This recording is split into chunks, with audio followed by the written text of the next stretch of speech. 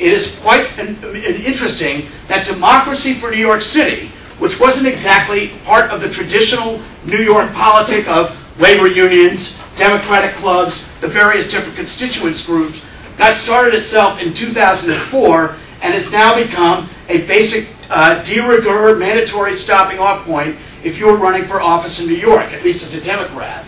And they've done that because they have been out canvassing, they've done the work for candidates, and as much as we might have given some of those candidates some money, what those candidates know is that if they want those volunteers and if they want the voice for them, they have to make this stop as in addition to all the other stops. They have carved out a niche for themselves in a city the size of New York, which only goes to show what you can all do and what you are doing right now in your own community. So it's about getting active, it's about getting trained, and it's also about understanding that to do this kind of work is very, very difficult. We've all got families, we've all got jobs, we've all got people we love that we've got to take care of, and to carve out 2 or 3 hours a week is really, really hard to do. And it's hard to organize, particularly if one of the group organizers, hard to do that work.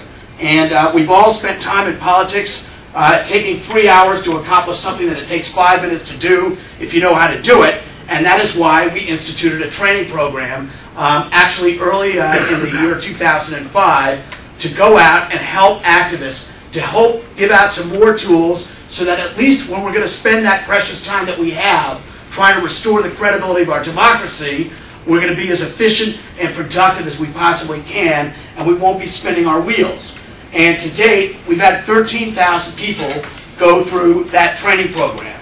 And a lot of these folks have gone on to run for office. A lot of them have gone on to take positions of responsibility or on staff on campaigns. A lot of them have gone on to work in the party or at local advocacy groups. But that training is in many respects, that activist training is really the key to making the time that we're able to donate to democracy towards this country, to making that time as efficient and as productive and being as smart as we can when we're going to spend that time on it. Our goal is to have 25,000 people have gone through this program by the fall of 2008, which is going to be a tall order. We're also going to ask everyone who's been through the program to be responsible for 100 new votes, because they've spent a weekend with us and they've got the tools now to be able to do that.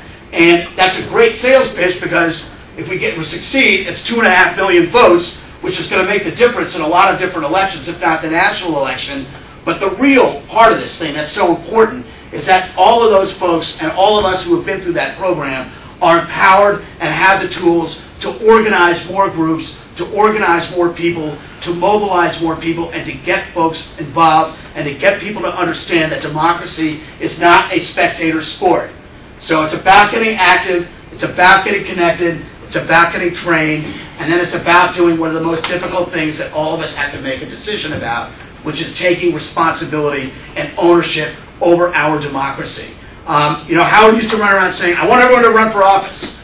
And we're all for that, and we want to be as supportive as we possibly can for folks that you are supporting and spending your valuable time running for office. But the biggest part about this is when we're doing things like in California, when about 1/3 of the executive board seats of the California Democratic Party are now occupied by folks in Democracy for America's network.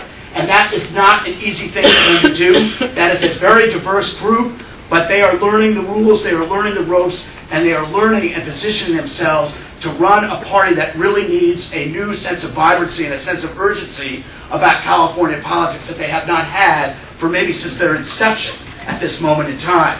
They are bringing activists into the process who are going to own it.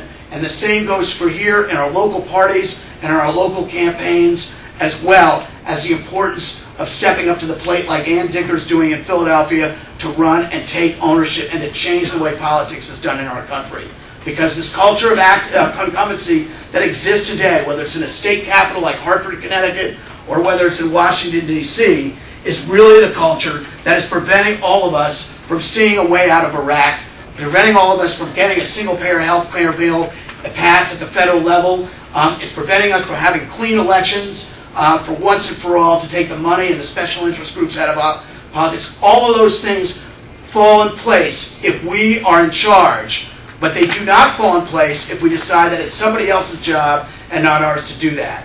And we've done that on this road before. I know there's a lot of frustration, certainly our community around this country, about the behavior of some of the newer people that have come into office, whom we worked very hard to get elected. But the fact of the matter is that just as a K Street lobbyist said, they campaign that Washington is a cesspool, but as soon as they get sworn in, it turns into a hot tub. Just as they, which is, somebody said that at NPR, just as they said that, we have to take a responsibility to not only support these candidates and remind them of why they're there, but also to take the leadership positions and take ownership of those positions ourselves, because we can't leave it up to somebody else to do it. So I really am very grateful to all of you, and really I admire all of you, actually, as well as so many others around this country that have chosen to do this, because we know how hard it is. And what we try to do is be a network that can be supportive of each other. And sometimes that involves different networks talking to each other within DFA. Sometimes it involves DFA sending money to candidates, sending money for different functions. A lot of times it involves our candidate support, a lot of different ways. And one of the things that we're going to talk about today is how we can coordinate that a little bit better so that we're going to be a little bit more effective at what we're doing.